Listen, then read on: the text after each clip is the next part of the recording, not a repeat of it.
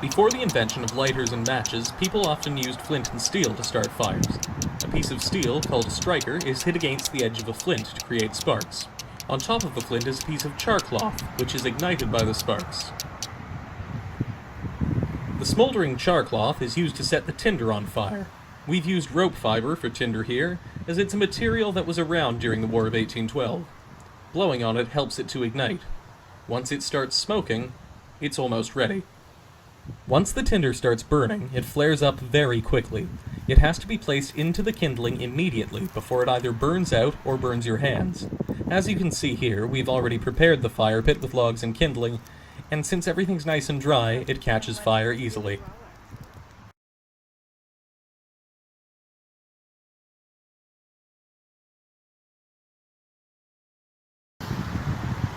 So today I'll show you how to be making ash cakes. Now ash cakes are a very simple type of bread that soldiers would have made when they were given flour as a ration due to supply shortages, them being out in the field.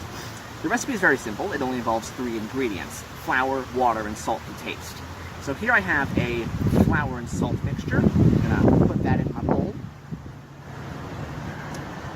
And I'm going to mix in a little bit of water.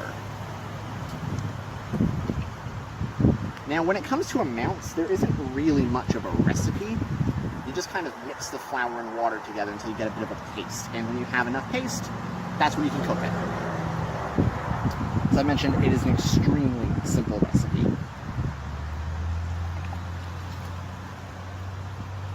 Some more water.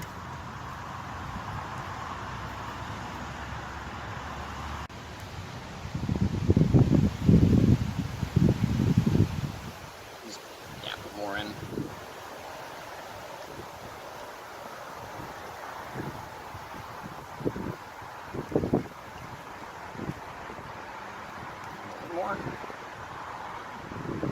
Shred left.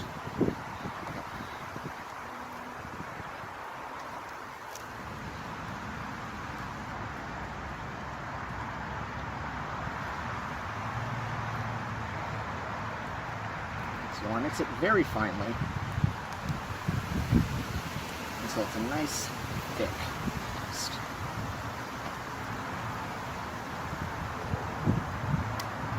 More flour in there. That's good.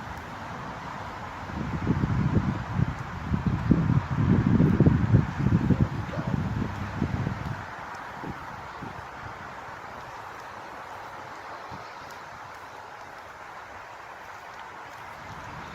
Should ultimately result in a quite floury looking dough. So with this, you can transfer it onto your cooking stone, or just put it directly on the ashes, hence the term ash cakes. I, however, will be using a cooking stone, as it is just easier to retrieve once we're done. Alright, so now we're going to put it very close to the fire. As I mentioned earlier, you could put it directly into the fire in order to get some flavor from the ashes, but I find it's just generally easier to put it close.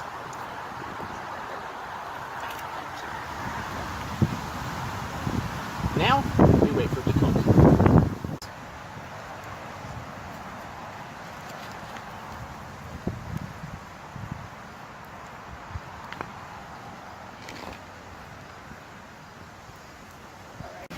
So, we had a little mishap where it fell in.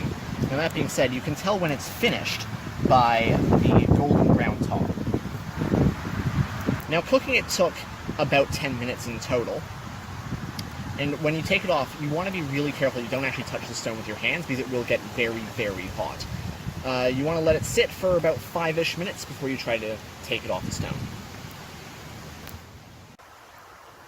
So I'm going to try to slide the knife under there, cut around the stone.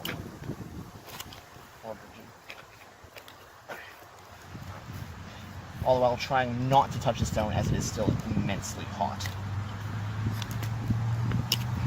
Go. There.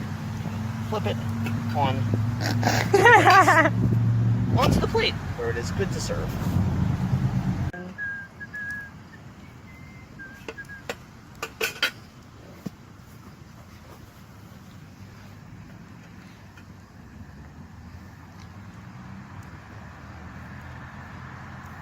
So the ash cakes taste quite bland. However, they'd be better than having no food at all.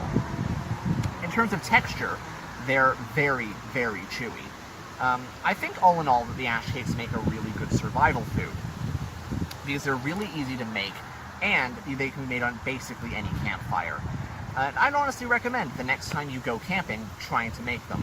However, if you will be cooking them on a real fire, it's very important that you make sure that the fire only burns wood, as anything that is burned on that campfire will wind up in the food, especially if you are cooking them directly on the ashes.